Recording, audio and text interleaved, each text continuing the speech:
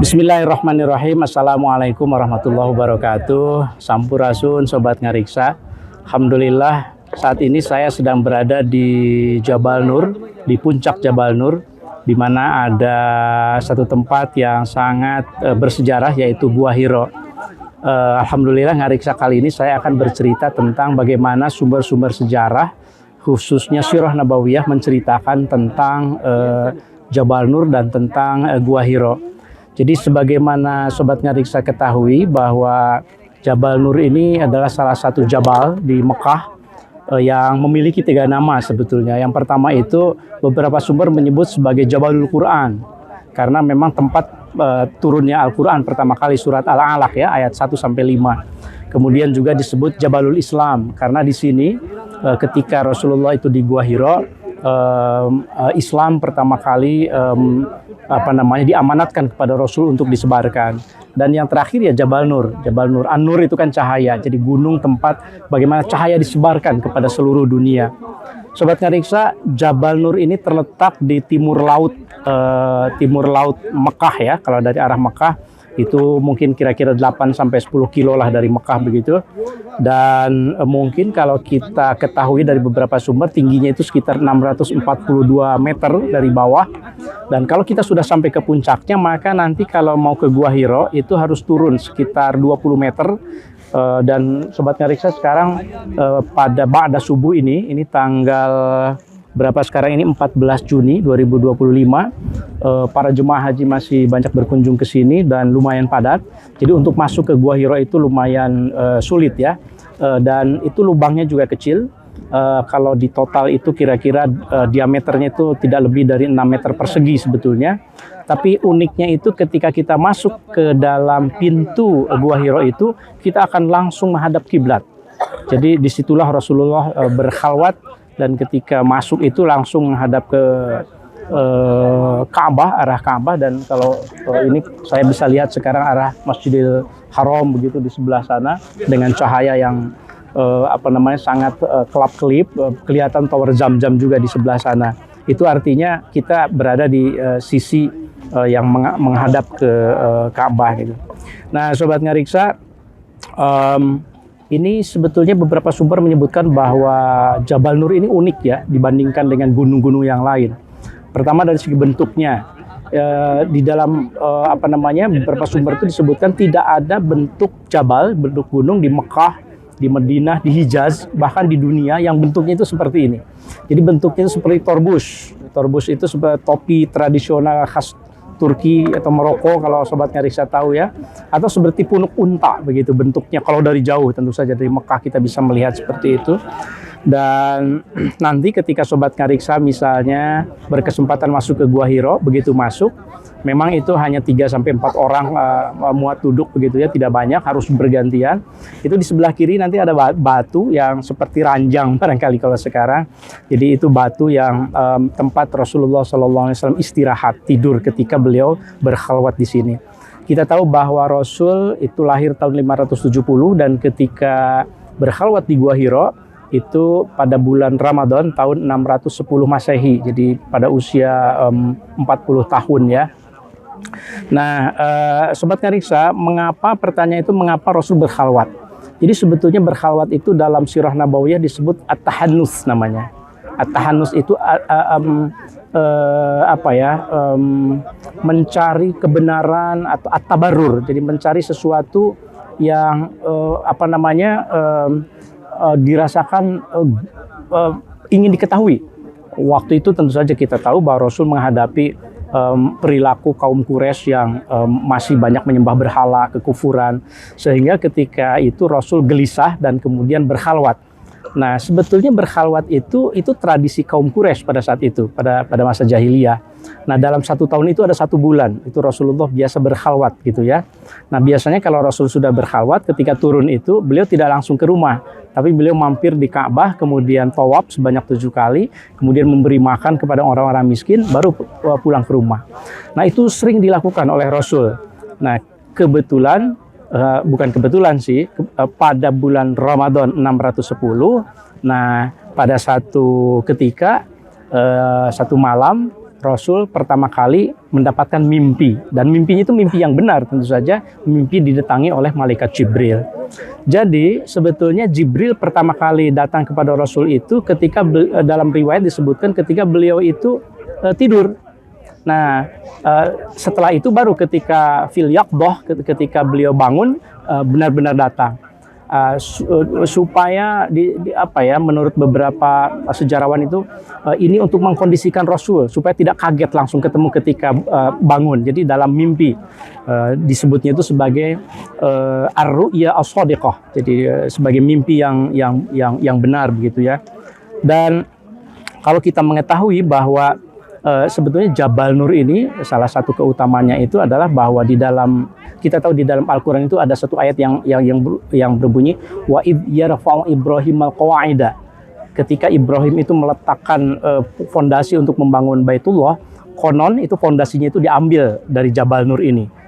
Kira-kira beberapa sumber itu mengatakan seperti itu. Dan memang tadi kami naik beserta tim dari MCH, Media Center Haji PPIH Arab Saudi 2025, langsung dipimpin oleh Pak Karonya juga, Pak Dr. Faizin dan kawan-kawan. Alhamdulillah ini medannya cukup berat. Jadi Sobat Ngarika kalau ingin naik itu di 2/3 itu harus siapkan fisik gitu, harus siap minum juga, dan usahakan tidak di siang hari. Jadi subuh atau di sore hari gitu ya, karena sangat ekstrim sekali. Sobat Ngariksa, dalam satu sumber itu disebutkan bahwa saking sulitnya medan kesini pada masa lalu, mungkin sekarang sudah lebih enak ya. Itu ada seorang yang bernama Tuwais bin Abdullah Al-Madani. Ia wafat tahun 92 Hijriah, jadi abad ke-10 Hijriah ya. Ia ini seorang penyanyi terkenal di Arab waktu itu. Ia mau naik ke Jabal Nur tapi gagal. Ia pingsan di tengah jalan. Ketika dia bangun itu dia memarahi gunungnya. Marahnya itu begini kalau kita terjemahkan dalam bahasa Indonesia. Wahai Jabal Hira, apa yang bisa kulakukan padamu? Jika kukutuk, kau tak peduli. Jika kupukul, kau tak sakit. Tapi betapa malunya aku pada hari kau hancur berkeping seperti kapas yang berterbangan. Jadi itu menggambarkan bahwa Jabal Nur sulit ditaklukkan bahkan oleh orang Arab sendiri. Tapi ini dia bilang bahwa nanti ketika hari kiamat walaupun engkau kuat, nanti itu bagi kapas yang berterbangan. Kita tahu bahwa gunung-gunung nanti itu berterbangan ketika pada hari kiamat. Nah, kemudian Sobat Ngariksa, mengapa Gua Hira ini penting dalam sejarah Islam?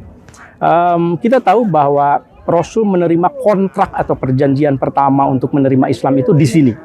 Jadi di dalam sumber-sumber itu disebutkan Mithaq itu perjanjian. Rasul dikontrak untuk menjadi nabi pada usia 40 gitu. Dan seperti yang tadi saya jelaskan, ini kalau saya bacakan sirah nabawiyahnya, kira-kira anna awwala ma budi'a bihi Rasulullah sallallahu alaihi wasallam min nubuwah, awal ketika nabi itu mau jadi nabi, hina aradallahu karamatahu wa rahmatal ibad bihi, ketika Allah mau memberikan karomah kepadanya, itu diberikan ar-ru'ya as-shadiqah, mimpi yang benar, yaitu mimpi ketemu dengan malaikat Jibril. Dan saat itu diceritakan bahwa Rasul itu diberikan hobi untuk naik gunung, hobi untuk ke Jabal Nur ini. Wa habbaballahu ilaihi al-khalwah gitu. Rasul itu suka sekali. Falam yakun syai'un habba ilaihi min ayyakhluwa wahdah. Ia suka sendirian karena ia nggak betah melihat ketidakbenaran di masyarakatnya pada saat itu gitu ya. Nah, kemudian Sobat Ngariksa, kita tahu bahwa ketika tahun 610 itu ketika Rasul mimpi diminta membaca Iqra. Jibril datang kemudian Iqra. Lalu Rasul bilang, "Ma aqra itu? Apa yang harus aku baca? Aku tidak punya kitabah, aku tidak punya tulisan." Dalam satu riwayat itu kan disebutkan ma ana biqari. Aku ini ummi, anak ummi. Saya tidak bisa baca, kata Rasul. Lalu malaikat Jibril memeluknya sampai Rasul merasa seolah-olah itu akan mati gitu. Kemudian dilepaskan lagi, Iqra. Ma aqra, apa yang harus aku baca? Dipeluk lagi sampai pengap begitu. Seakan-akan aku akan mati, kemudian dilepaskan lagi dan seterusnya sampai 3 kali. Maka kemudian malaikat Jibril mengatakan, bacanya jangan menggunakan bacaan ukuran kamu, tetapi Iqra bismi rabbikal ladzi khalaq. Bacalah dengan atas nama Tuhanmu yang telah menciptakan engkau. Jadi bacanya itu jangan atas nama engkau sebagai seorang yang ummi, tetapi baca Iqra bismi rabbikal ladzi khalaq, khalaqal insana min 'alaq, Iqra wa rabbukal akram, alladzi 'allama bil qalam, dan seterusnya. Nah, kemudian Rasul kan kaget kan, ketika itu kemudian Rasul keluar mau pulang, dan saat itu sudah agak lama di Gua Hiro, sehingga Siti Khadijah mencari-cari juga. Siti Khadijah mengirim utusan. Kemudian ketika itu Rasulullah keluar, dan Rasul merasa bahwa ketika keluar dari Gua Hiro, sobat ngariksa, ini di kiri kanan ini batu. Jadi seolah-olah batu menyapa Rasul, ya Rasulullah. Kemudian ketika ada barang-barang, mungkin ada tumbuhan, juga menyapa ya Rasulullah. Rasul kaget, lihat ke kiri ke kanan tidak ada orang. Tapi begitu Rasul lihat ke atas, dilihatnya lah malaikat Jibril di atas. Itu yang diceritakan di dalam Sirah Nabawiyah. Dan ketika itulah kemudian Rasul merasa bahwa ini ada sesuatu yang istimewa, tetapi Rasul belum siap, sehingga Rasul kemudian kembali ke rumahnya, kemudian bilang ke Siti Khadijah, dan ya Siti Khadijah tentu saja juga tidak tahu ini apa yang terjadi. Nah, maka kemudian di situ Rasul meminta minta dipeluk lah, minta diselimuti kepada istrinya, kepada Siti Khadijah. Nabi ketakutan, Nabi dipeluk. Nah, kalau kita baca di dalam Sirah Nabawiyah itu kira-kira seperti ini, bahwa in sorafat roji'an ila ahli, aku kembali kepada keluargaku, hatta ataitu Khadijah, aku datangi Khadijah, fajalastu ila fahdhiha, aku tiduran di pahanya Siti Khadijah istrinya, mudhifan ilaiha, faqalat, lalu Siti Khadijah bertanya, ya Abul Qasim. Kita tahu bahwa dari Siti Khadijah Rasulullah punya anak namanya Al-Qasim. Jadi Abul Qasim itu panggilan yang tidak boleh dipakai oleh orang lain ya, karena khusus untuk Rasul. Aina kunta, kemana saja engkau? Fa wallahi laqad ba'atsu rusuli, aku sudah utus orang-orang untuk mencari engkau, fi talabika hatta balagu Makkah wa raja'u li, mereka mencari engkau kemana-mana. Nah, baru di situ Rasul menceritakan bahwa aku mengalami sesuatu yang agak aneh. Lalu diceritakanlah bahwa Rasul ketemu dengan Jibril, dan diminta membaca ayat Al-Quran tadi itu. Dan saat itu Khadijah itu punya seorang saudara yang bernama Waraqah bin Naufal. Saat itu Khadijah lapor kepada Waraqah bin Naufal. Waraqah bin Naufal ini seorang Nasrani. Diceritakan di dalam Sirah Nabawiyah itu, aku ingin konfirmasi nih kepada Waraqah bin Naufal. Wa kana Waraqah tanassara, ia seorang Nasrani tapi waqra al-kutub, kitab Taurat, kitab Injil itu dibaca dengan baik, ini terpercaya. Aku ingin bertanya, ini apa yang terjadi pada suamiku, kata Siti Khadijah. Apa jawaban Waraqah bin Naufal? Kudus, itu sangat suci sekali. Walladzi nafsu Waraqatin biyadihi, demi jiwa Waraqah yang ada di dalam kekuasaannya, itu adalah tanda-tanda kenabian. Kita begitu Waraqah bin Naufal. Jadi respon Waraqah bin Naufal kemudian, aku ingin ketemu dengan Nabi. Maka Khadijah mempertemukan Rasulullah dengan Waraqah bin Naufal, dan dikatakanlah oleh Waraqah bahwa engkau sudah diangkat sebagai Nabi, sebagai Rasul. Jangan lupa, walladzi nafsi biyadihi, demi yang jiwaku ada di dalam kekuasaannya, innaka lanabiyyu hadzal ummah, engkau adalah nabi umat ini. Tapi jangan salah, ketika engkau menjadi nabi, engkau akan seperti nabi-nabi yang lain. La tukadzibannahu, engkau akan didustakan. Wala tu'adziyannahu, engkau akan dicederai. Wala tukhrijannahu, engkau akan diusir. Wala tuqatilannahu, engkau akan diperangi oleh orang-orang. Jadi mulai saat ini bersabarlah, kira-kira begitu.